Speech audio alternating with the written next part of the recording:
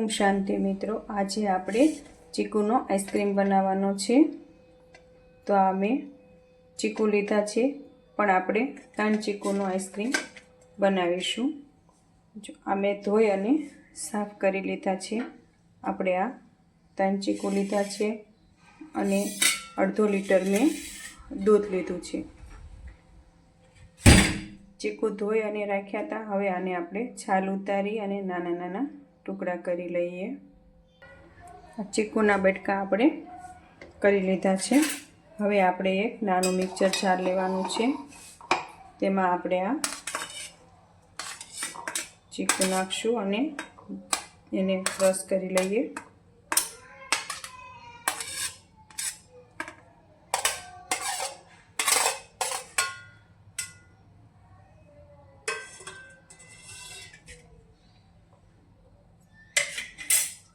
આપણે આમાં સાકર નથી નાખવાની, થોડું અમથું દૂધ એમાં નાખીશું।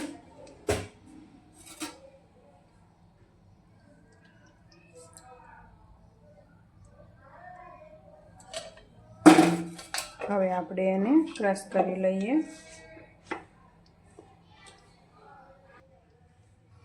જો આપણે જોઈએ ચીકુ આપણા સરસ ક્રશ થઈ ગયા છે। હવે આપણે એમાં આપણે આ મલાઈ નાખીશું।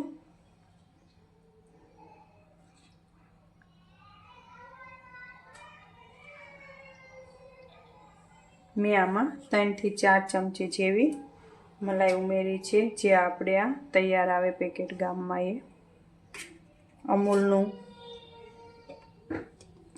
તમે ગમે તે વાપરતા હોય એ મલાઈ તમે એમાં નાખી શકો છો।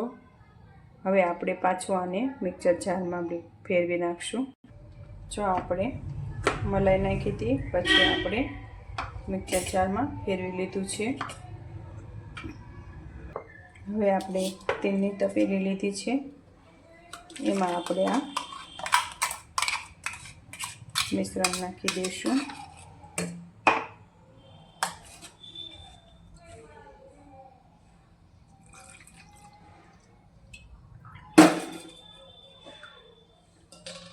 હજી આપણે આટલો અડધો કપ આ દૂધ લીધું છે, એ આમાં આપણે મિક્સ કરવાનું છે।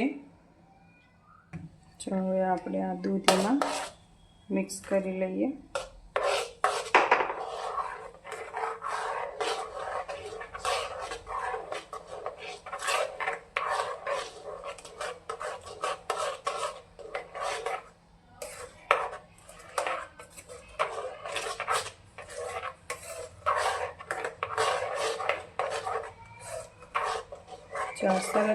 સરસ રીતે મિક્સ થઈ ગયો છે।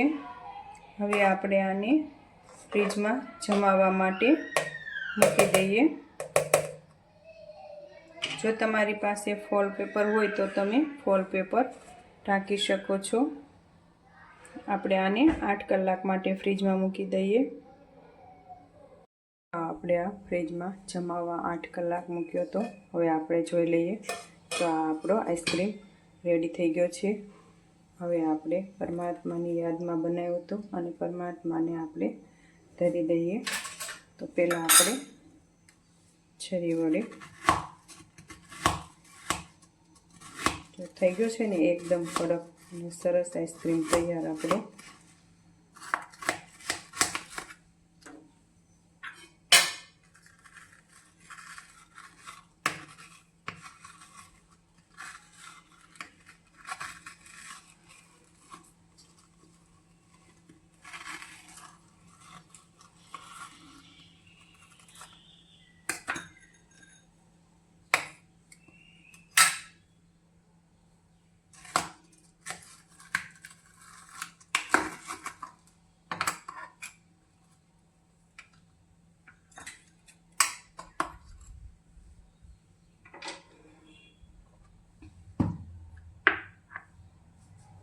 મિત્રો આપણે આ પરમાત્માની યાદમાં બનાવ્યો છે અને પરમાત્માને આપણે ધરવાનું છે। તો આપણે પરમાત્માને ધરી દઈએ। ચાલો આપણે આ ચીકુનો આઈસ્ક્રીમ રેડી થઈ ગયો છે. પરમાત્માને ધરી દઈએ. ઓમ શાંતિ મિત્રો. તમે પણ આવું આઈસ્ક્રીમ ચોક્કસથી બનાવજો અને મને કોમેન્ટમાં લખીને જરૂર કહેજો કે કેવો બન્યો આઈસ્ક્રીમ. ઓમ શાંતિ મિત્રો.